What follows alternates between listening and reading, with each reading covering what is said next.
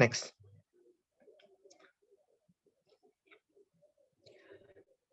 Ya, kami dari kelompok 3 yang terdiri dari Lisda Cynthia Dewi, Dwisya Dekinanti, Muhammad Ibnu Hajar, Luciana Permaini, Rifki Bimo Prayoga, dan saya sendiri Rizky Adin Ramadan.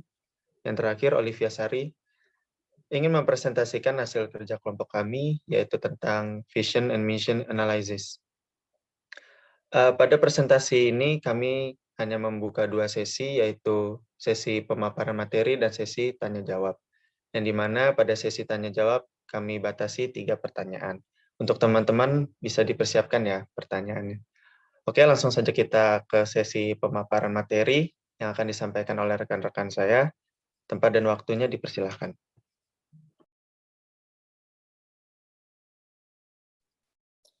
Chapter 5 yang membahas tentang visi dan misi analisis. Visi sendiri merupakan suatu rangkaian kata yang di dalamnya terdapat impian, cita-cita, atau nilai inti dari suatu lembaga atau organisasi.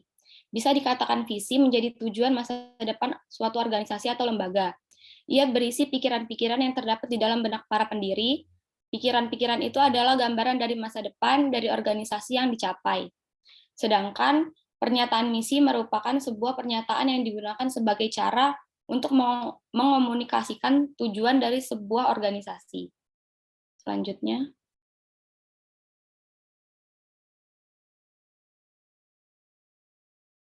Selanjutnya ada pernyataan visi, ingin menjadi apa kita?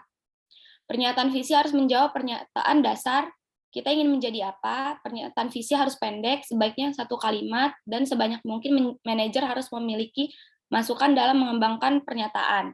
Baik laba maupun visi diperlukan untuk memotivasi tenaga kerja secara efektif. Pernyataan visi perlu ditulis dari pelanggan perspektif. Misalnya visi eBay adalah menyediakan platform perdagangan global di mana siapapun dapat memperdagangkan apa saja secara praktis. Selanjutnya ada analisis pernyataan visi. Minimal pernyataan visi harus mengungkapkan jenis bisnis yang dijalankan perusahaan. Contohnya yang pertama ada pernyataan visi Starbucks. Starbucks berusaha untuk menjadi pemanggang dan pengecer utama kopi spesial secara global. Dan yang kedua ada pernyataan visi peningkatan Starbucks. Visi Starbucks adalah menjadi restoran kopi, teh, dan kue spesial yang paling terkenal di dunia. Menawarkan layanan pelanggan yang tulus, suasana yang ramah, dan tiada bandingnya. Perbedaannya, yang pertama, pernyataan visi pertama tidak menyatakan ingin menjadi apa perusahaan. Juga tidak mengakui gerakan perusahaan di dalam penawaran teh khusus, dan juga itu tidak berorientasi pelanggan seperti yang dibutuhkan. Sedangkan yang kedua, pernyataan visi yang ditingkatkan mengungkapkan aspirasi perusahaan untuk masa depan dan mengakui bahwa teh dan kue-kue kelas atas melengkapi penawaran kopi premium mereka. Selanjutnya ada pernyataan misi, apa bisnis kita. Pernyataan bisnis adalah pernyataan alasan keberadaan organisasi. Pernyataan bisnis kadang-kadang disebut pernyataan keyakinan, pernyataan tujuan, pernyataan filosofi, pernyataan prinsip bisnis, atau pernyataan mendefinisikan bisnis kita. Pernyataan misi mengungkapkan apa yang diinginkan organisasi dan siapa yang ingin dilayaninya. Selanjutnya akan dijelaskan oleh rekan saya. Proses pengembangan visi dan misi. Pendekatan yang banyak digunakan untuk mengembangkan pernyataan visi dan misi adalah pertama-tama memilih beberapa artikel dan minta semua manajer untuk membacanya sebagai informasi latar belakang. Kemudian, minta manajer untuk secara individu mempersiapkan pernyataan visi dan misi untuk organisasi.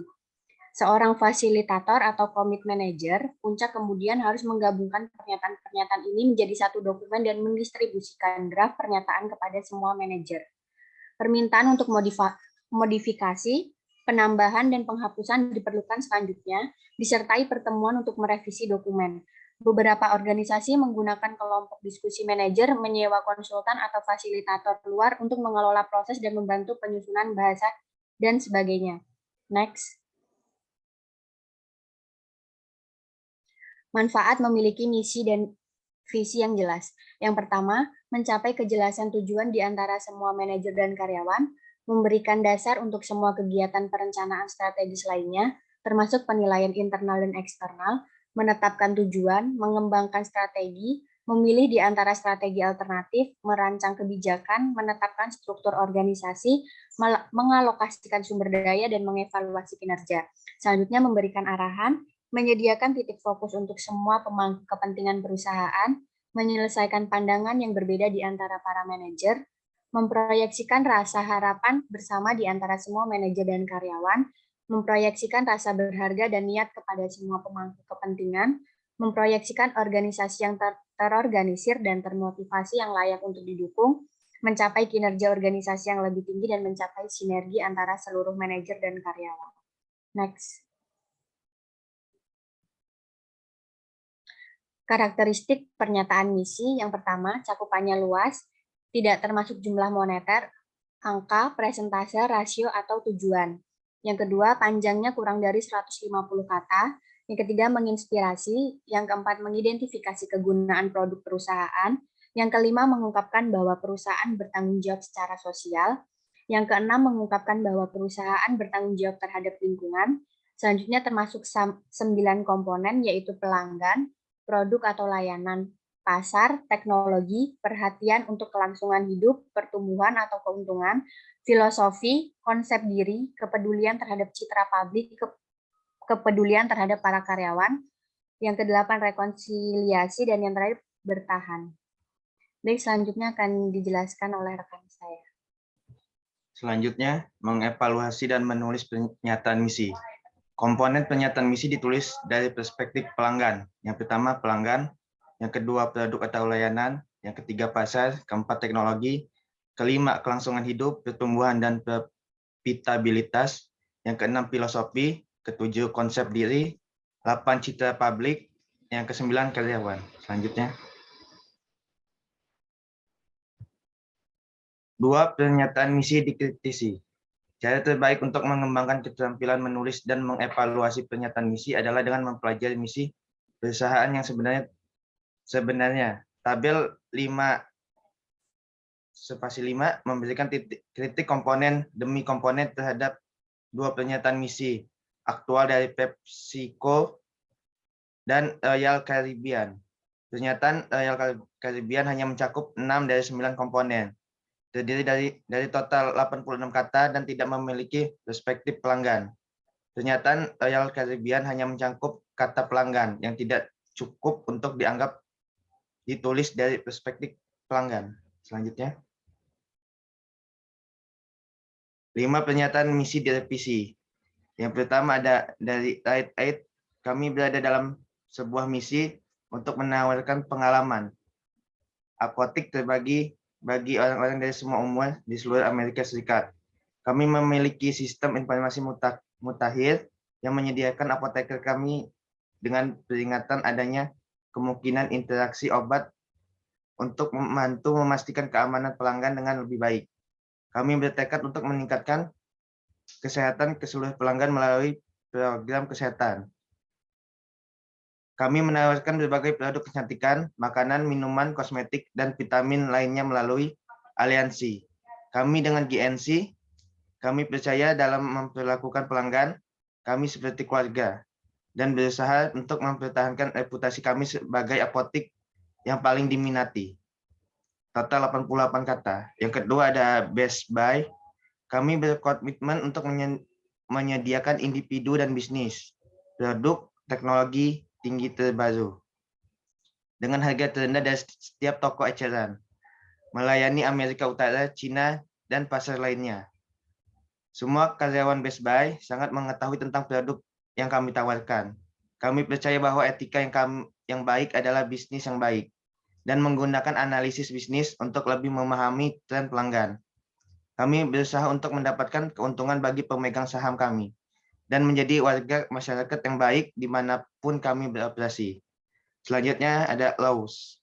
Kami berkomitmen untuk melampaui harapan homebuilder, pemilik rumah, dan pelanggan lainnya. Kami menawarkan produk perbaikan rumah yang unggul dan saran ahli di hampir 2.000 toko Lowe's di Amerika Serikat, Kanada, dan Meksiko. Kami memiliki sistem pelacakan install terbaik di kelasnya. Untuk membantu pelanggan, kami terus menciptakan lapangan kerja di semua komunitas tempat kami beroperasi sampai 80% karyawan kami bekerja secara penuh waktu dan memiliki standar etika yang tinggi. Kami menempatkan pelanggan terlebih dahulu karena kami berusaha untuk tumbuh secara menguntungkan bagi pemegang saham kami. Selanjutnya, United Parcel Service.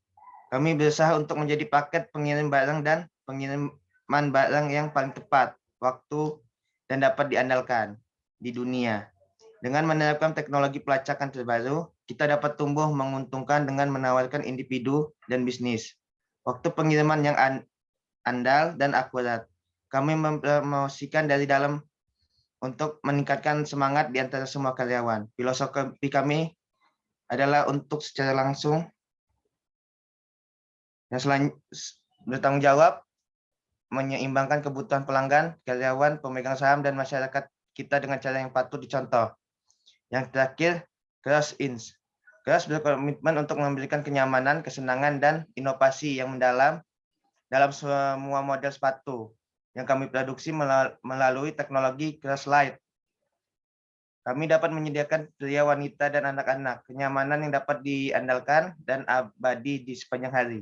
Kami berusaha untuk memperluas merek kami ke seluruh dunia dan mampu menghemat biaya, sekaligus melindungi dan dengan sepatu tanpa paket kami. Kami mematuhi keyakinan bahwa etika yang baik adalah bisnis yang baik dalam semua hal yang kami lakukan saat kami berusaha untuk menjaga karyawan dan pemegang saham kami. Selanjutnya.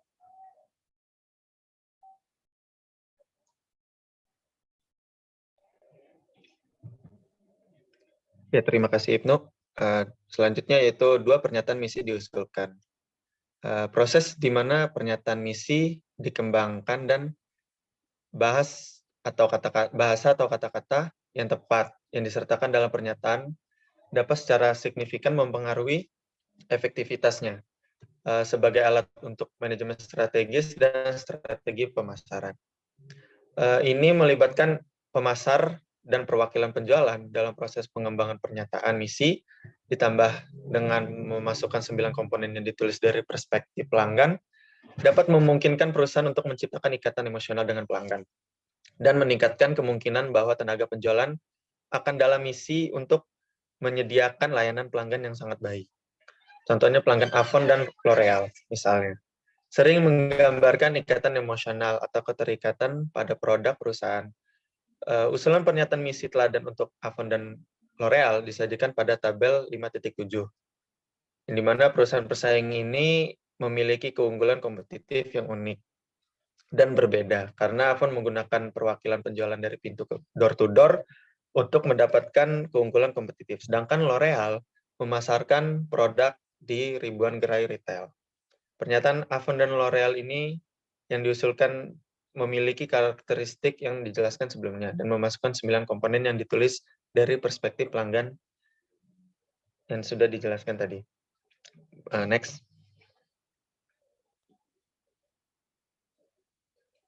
Nah, berikut pernyataan misi yang dicontohkan dan diusulkan. Contohnya yang pertama adalah Avon. Misi kami adalah untuk menyediakan peralatan wanita, yaitu 1, parfum, kosmetik, dan perhiasan berkualitas. Kedua, dengan harga terjangkau didukung oleh layanan pelanggan yang luar biasa yang diberikan oleh ribuan perwakilan penjualan dari door-to-door. Selanjutnya, beroperasi secara global. Yang ketiga, kami memengaruhi teknologi terkini. 4, untuk mengembangkan dan memasarkan produk yang diinginkan oleh wanita di seluruh dunia dengan mudah. 5, perwakilan Avon menaruh integritas terlebih dahulu. 6, dalam memberikan contoh yang baik di setiap komunitas. 8, mereka beroperasi karena mereka menjual keindahan. Yang terakhir yaitu L'Oreal. Misi kami adalah merancang, memproduksi, dan mendistribusikan parfum dan produk perawatan pribadi terbaik di dunia kepada wanita, pria, dan anak-anak. Dengan memanfaatkan perbaikan teknologi terbaru. Kami memberdayakan tim peneliti kami yang sangat kreatif untuk mengembangkan produk yang aman dan ramah lingkungan, yang memungkinkan perusahaan kami untuk tumbuh dengan menguntungkan. Melalui ribuan gerai retail, kami berusaha untuk menjadi salah satu perusahaan yang bertanggung jawab secara sosial di planet ini, dan menghargai karyawan kami, mewujudkannya sambil mengikuti peraturan mas-mas yang semua hal yang dilakukan. Ini beberapa contoh. Mungkin selanjutnya akan dijelaskan melalui case kami, yaitu tentang evaluasi pernyataan visi dan misi Unilever sebagai pesaing Nestle, yang akan dijelaskan oleh rekan saya. Next. Berikutnya merupakan analisis misi Unilever. Misi Unilever sekarang yaitu terdapat 4 poin seperti yang terlihat di PPT bagian kiri ini. Yang pertama, kami bekerja untuk menciptakan masa depan yang lebih baik setiap hari. Poin kedua, kami membantu konsumen merasa nyaman, berpenampilan baik, dan lebih menikmati hidup melalui brand dan layanan yang baik bagi mereka dan orang lain. Poin ketiga, kami menginspirasi masyarakat untuk melakukan langkah kecil setiap harinya yang bila digabungkan bisa mewujudkan perubahan besar bagi dunia. Poin keempat, kami senantiasa mengembangkan cara baru dalam berbisnis yang memungkinkan kami tumbuh 2 kali lipat sambil mengurangi dampak terhadap lingkungan dan mengurangi dampak sosial. Menurut kami, pernyataan misi Unilever saat ini baru mengandung 4 komponen misi yang baik dan benar, yaitu produk atau layanan ditandai dengan nomor 2, kelangsungan hidup, pertumbuhan, dan profitabilitas ditandai dengan nomor 5, konsep diri ditandai dengan nomor 7, dan citra publik yang ditandai dengan nomor 8. Selanjutnya, komentar terkait misi Unilever.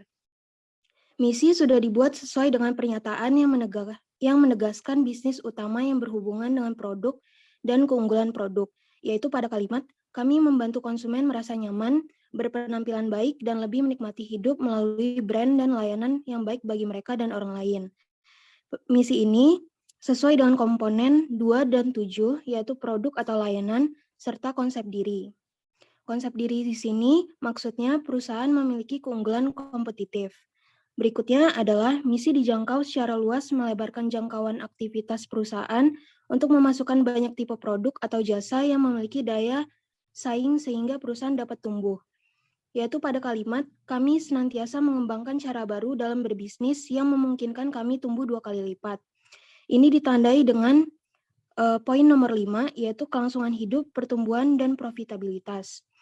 Lalu yang terakhir, misi sudah dibuat sesuai dengan pernyataan yang menegaskan bahwa bisnis ini telah responsif terhadap masalah sosial dan lingkungan, yaitu pada kalimat sambil mengurangi dampak terhadap lingkungan dan mengurangi dampak sosial. Lalu pada kalimat kami bekerja untuk menciptakan masa depan yang lebih baik, sesuai dengan komponen misi nomor 8, yaitu citra publik. Di mana citra publik di sini maksudnya seberapa responsifkah perusahaan dalam menanggapi masalah sosial, lingkungan, serta komunitas. Selanjutnya akan dibacakan oleh rekan saya, yaitu Kak Lucy.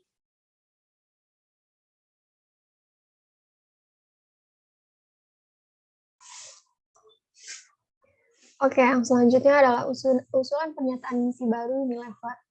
Yang mana berisi misi kami adalah menyediakan beragam produk keperluan rumah tangga, baik itu makanan, minuman, pembersih, dan juga perawatan tubuh yang berkualitas dan terbaik untuk setiap konsumen dari berbagai kalangan di seluruh dunia dengan mengedepankan tujuan mulia. Kami juga bertekad untuk mengelola dan menerapkan bisnis secara bertanggung jawab serta menghargai karyawan kami agar dapat terus berkembang dan bersaing di masa depan seraya mengurangi dampak lingkungan dan meningkatkan dampak sosial positif bagi masyarakat. Nah, yang mana usulan misi baru ini sudah mencakup 9 komponen pernyataan misi yang ditulis yang dijelaskan oleh rekan saya tadi dan juga sesuai kriteria yaitu kurang dari 150 kata. Oke, next.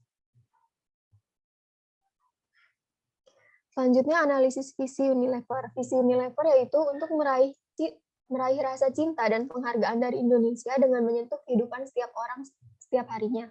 Menurut teori visi yang digunakan oleh Unilever sudah baik, di mana Unilever ingin meraih cinta dan penghargaan oleh masyarakat Indonesia dengan menggunakan produknya setiap hari, sesuai perspektif pelanggan. Selain menggunakan kalimat yang sederhana dan rasional, Unilever juga menantang para karyawannya untuk dapat menjadi perusahaan yang dicintai oleh masyarakat Indonesia. Unilever merupakan salah satu perusahaan multinasional yang sudah menguasai berbagai pasar dari produk rumah tangga seperti sabun, sampo, dan masih banyak yang lainnya.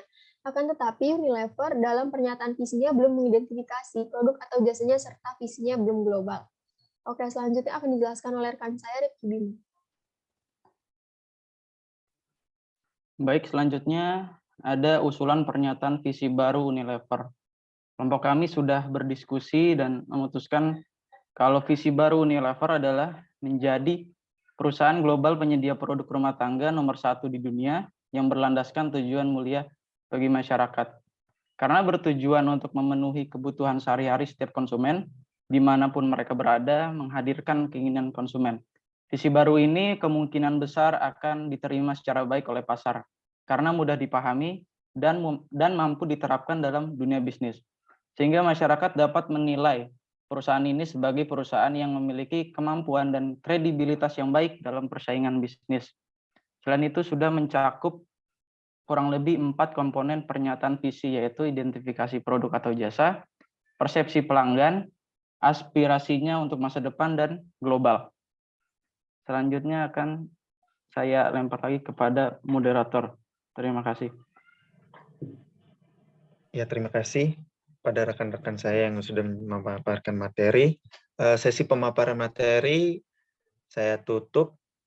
Selanjutnya akan saya buka sesi tanya jawab yang di mana kami batasi 3 penanya. Bagi teman-teman yang ingin bertanya, dipersilakan untuk menulis di kolom chat atau open mic. Terima kasih.